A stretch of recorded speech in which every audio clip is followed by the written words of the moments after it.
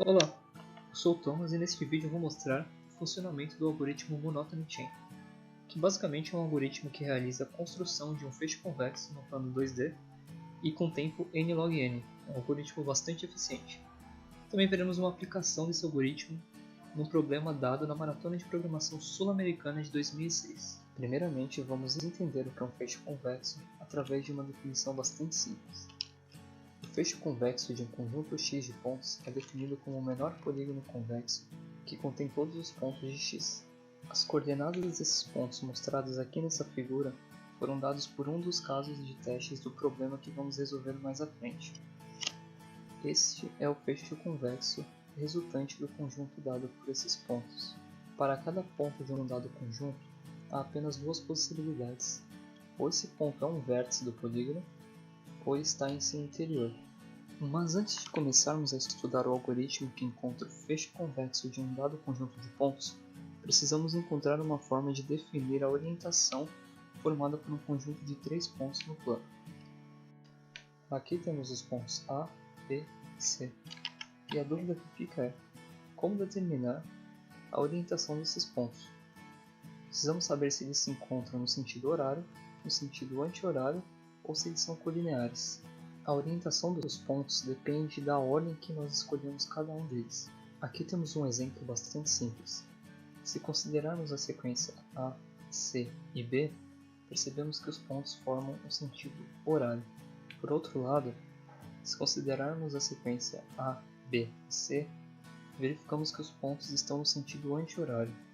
E apenas para ilustrar, aqui está um caso em que os pontos são colineares.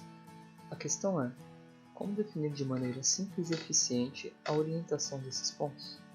Felizmente, há uma forma bastante simples de obter essa informação.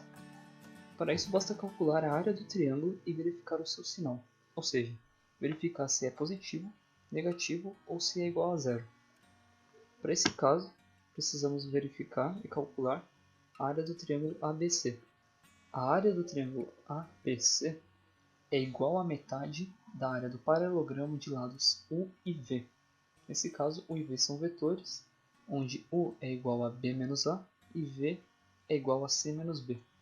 E a área do paralelogramo é dada pelo produto vetorial dos vetores que formam o seu lado, que nesse caso são U e V, certo? Então, para encontrar a área do triângulo, basta calcular a área do paralelogramo e dividir pela metade. Logo, essa área pode ser computada a partir dessa seguinte equação, que é o determinante dos vetores U e V. E no caso, como estamos calculando a área do triângulo, basta dividir por 2. Para desenvolver esse determinante, basicamente precisamos substituir U e V e calcular o seu valor. Então, substituímos U por B menos A e V por C menos B. E calculamos o determinante, onde o resultado é igual a esse mostrado aqui embaixo. No entanto, queremos saber apenas o sinal da área, então pouco importa se estamos de fato calculando a área do triângulo ou do paralelogramo, por isso podemos omitir a fração 1 sobre 2 da equação. Com o resultado da área em mãos, precisamos apenas verificar o seu sinal. Então, caso o resultado do determinante seja maior que zero, os pontos encontram-se em sentido anti-horário. Caso o resultado seja menor que zero, os pontos estão em sentido horário. E caso o determinante seja igual a zero, isso significa que os pontos são colineares. Agora, finalmente, vamos falar um pouco sobre o algoritmo Monotony Chain. Bom, esse algoritmo foi publicado em 1979 por Andrew, e por conta disso ele também é conhecido como o algoritmo de Andrew. Ele por muitos é considerado como uma variação do algoritmo de Graham-Scan. É um algoritmo bastante eficiente, tem tempo n log de n, e quando os pontos já se encontram ordenados em relação ao eixo x, o algoritmo é O de n. Ele é bastante simples também e de fácil implementação. Aqui temos o pseudocódigo do algoritmo. Ele recebe como uma entrada uma lista P de pontos. Então o primeiro passo é ordenar esses pontos em relação à coordenada x. E em caso de empate, desempatar pela coordenada y. O algoritmo fica então nesse loop enquanto houver ao menos 3 pontos na lista. Então, em a cada interação, nós criamos duas listas, né? U e L. U referente aos pontos do casco superior e L referente aos pontos do casco inferior. Então, basicamente, esse algoritmo ele vai criar dois cascos, a parte de cima e de baixo. Depois nós unimos esses dois cascos para formar um fecho convexo. Então, com as listas inicializadas, nós percorremos todos os pontos, do primeiro ao último, e verificamos aqui, através dessa função, a orientação desses três pontos. Então aqui nós verificamos a orientação desses três pontos, os três últimos pontos verificados, e observamos se o determinante deles é menor que zero. Se isso acontecer, isso quer dizer que eles formam um sentido horário, e isso não interessa para a gente. Então nós retiramos o último ponto que foi inserido na lista do casco inferior. Também precisamos verificar se essa lista tem pelo menos dois pontos, né? Que caso haja dois ou menos pontos, não é possível fazer a verificação da orientação. Então ele vai permanecer nesse loop até que o determinante seja maior ou igual a zero. Ou seja, até que os três pontos sejam colineares ou formem sentido anti-horário. Então, formando o sentido anti-horário, nós adicionamos esse ponto na lista do casco inferior. Então, basicamente, esse loop, esse for aqui, esse para, ele vai formar todo o casco inferior do fecho convexo. Terminando isso, os passos aqui são repetidos, só que percorrendo os pontos de trás para frente, então do último ponto até o primeiro, em relação ao eixo X. Então nós pegamos aqui o ponto que está mais à direita para o ponto que está mais à esquerda. E repetimos os passos aqui, sempre verificando se os três pontos consecutivos verificados formam sentido horário ou anti-horário. Quando terminar esses dois fors, nós retiramos o último ponto de cada lista, porque o último ponto de cada lista é o primeiro da próxima. Então não faz sentido ter um valor idêntico, né? Valor repetido nas duas listas. E devolvemos o fecho inferior, o casco inferior, concatenado com o casco superior. E isso forma o nosso fecho convexo. Aqui temos a definição daquela função que devolve a orientação de três pontos no plano. Então aqui é basicamente a solução daquele determinante que nós vimos agora há pouco. Para entender melhor o funcionamento desse algoritmo, eu vou ilustrar cada passo necessário para fazer o fecho convexo desses pontos aqui. Então aqui nós temos um conjunto de pontos no plano, coordenadas x e y de cada ponto, e só lembrando, esses pontos são dados pelo problema que nós vamos resolver daqui a pouco. Então, como primeiro passo do algoritmo, nós precisamos ordenar pela coordenada x, crescente. Então, os pontos que estão mais à esquerda vêm primeiro que aqueles que estão mais à direita. E caso haja empate, como aconteceu nesses casos aqui, com a linha pontilhada, nós realizamos o desempate através da coordenada y. E aqui temos os pontos já ordenados, com a ordem que eles aparecem na lista final. Então aqui nós começamos a resolver, a encontrar o casco inferior. Então, como a lista do casco inferior L está vazia, nós adicionamos o primeiro ponto a essa lista. Como ainda não temos três pontos para verificar a orientação, nós adicionamos o segundo ponto à lista do casco inferior, sem realizar nenhum tipo de teste em relação à orientação. Agora nós tentamos adicionar o terceiro ponto à lista. No entanto, nós percebemos que os pontos 1, 2 e 3 formam sentido horário. Então, nós temos que retirar o último ponto inserido na lista, o casco inferior, para que o algoritmo seja válido. Então, nesse caso, nós temos que retirar o número 2, o ponto número 2, que foi o último inserido. E como há menos que 3 pontos na lista, nós inserimos o ponto número 3 sem realizar outro teste. Agora tentamos adicionar o ponto 4 e verificamos que 1, 3 e 4 formam sentido anti-horário. Então ele é válido e nós adicionamos na lista L. Mais uma vez tentamos adicionar o próximo ponto, que nesse caso é o ponto 5, e verificamos que os três últimos pontos, no caso 3, 4 e o 5 que está para ser adicionado, formam sentido horário. Então nós não queremos isso e precisamos remover o último ponto inserido no casco inferior. O último ponto inserido foi o quarto, então nós apenas removemos ele da lista. Ainda tentando adicionar o ponto 5, verificamos que o ponto 1, 3 e 5 formam um sentido anti-horário. Então ele é válido e apenas inserimos ele na lista L. Tentamos adicionar o ponto 6. O ponto 6 forma um sentido horário com os pontos 3 e 5. Então nós não queremos ele e removemos o ponto 5, que foi o último inserido. Aqui é a remoção.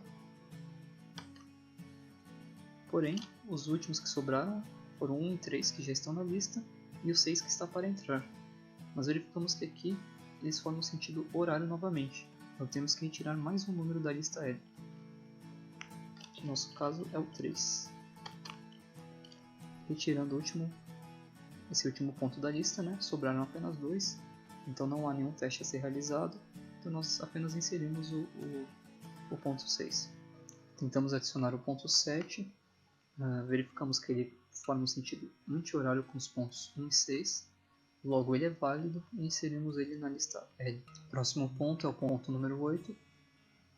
Observamos que ele forma um sentido horário, né, com os pontos 6 e 7, logo precisamos retirar o último ponto inserido na lista L, que no caso é o 7. Retirando ele, precisamos verificar agora a orientação dos pontos 1, 6 e 8. Eles continuam formando sentido horário, então temos que retirar mais um número da lista L. Agora é o 6 que sai. Retirando o 6, restam apenas 2 números, 2 pontos no caso, né? Como não há nenhum teste de orientação para fazer, nós continuamos com o algoritmo. Tentamos adicionar o 9 é válido, então colocamos ele diretamente na lista L. Tentamos adicionar o ponto 10 agora. Ele forma um sentido horário com os últimos 2 adicionados, então precisamos remover o 9, que foi o último inserido. Removendo o 9, restam 1, 8 e 10. Eles continuam formando sentido horário, então precisamos remover agora o 8. Removendo o ponto 8, restam apenas o ponto 1 e 10. Como apenas 2 pontos, não há nenhum teste de orientação a ser feito. Então, continua com o algoritmo. Próximo ponto, né, é o ponto número 11, que é o último a ser verificado. E observa-se que ele forma um sentido anti-horário com os pontos 1 e 10, que foram os últimos 2 pontos inseridos. Então ele é válido e colocamos ele no casco inferior, aqui na lista. E é isso, o casco inferior está completo, né?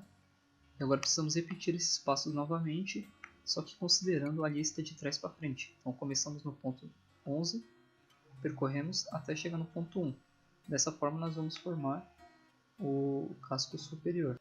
Bom, não vou ilustrar aqui como formar o casco superior, que é idêntico ao casco inferior, né? Só que de trás para frente. E aqui é o resultado final já do casco superior completo. Unindo os dois cascos, o inferior com o casco superior, nós formamos o fecho convexo. Só precisamos lembrar de remover o último ponto do casco inferior, que é o 11º, e o último ponto do casco superior, que é o primeiro, para que não haja pontos repetidos na lista. Agora vamos ver uma aplicação direta desse algoritmo, né, para resolver um problema. Esse problema se chama camadas de cebola. Bom, esse problema fez parte do conjunto de problemas da Maratona de Programação Sul-Americana de 2006. Ele pode ser encontrado no SPOD Brasil, com o número 3596, né? O nome do problema é camadas de cebola. Pode ser acessado diretamente por esse link aqui. Você pode encontrar esse mesmo problema também no URI Online Judge, problema 1464, e está na categoria Geometria Computacional. E aqui é o link direto para esse problema. Basicamente, para resolver esse problema da camada de cebola, basta fazer a aplicação direta do algoritmo que nós acabamos de ver. Bom, esse problema ele tem um enunciado bastante interessante, né? Mas eu vou resumir para não estender muito o vídeo. Então, basicamente o problema nos dá uma série de pontos, onde esses pontos representam cada uma das beiradas de cada camada de uma mesma cebola. Então, basicamente cada ponto pertence a apenas uma camada dessa cebola. E o nosso objetivo final é descobrir quantas camadas essa cebola possui. Aqui nós estamos vendo uma série de pontos, né, dado pelo problema. E aqui embaixo já as camadas já formadas, né, através desses pontos. Então nós vemos aqui que basicamente é uma série de feixes convexos alinhados, né? Então basicamente precisamos apenas aplicar o algoritmo diretamente. A saída desse problema é muito simples, então basta imprimir essa frase caso o número de camadas de cebola seja ímpar, for ímpar, né? E se o número de camadas de cebola for par, nós imprimimos esta frase aqui. Esses são os dois casos de teste, né, dado pelo problema.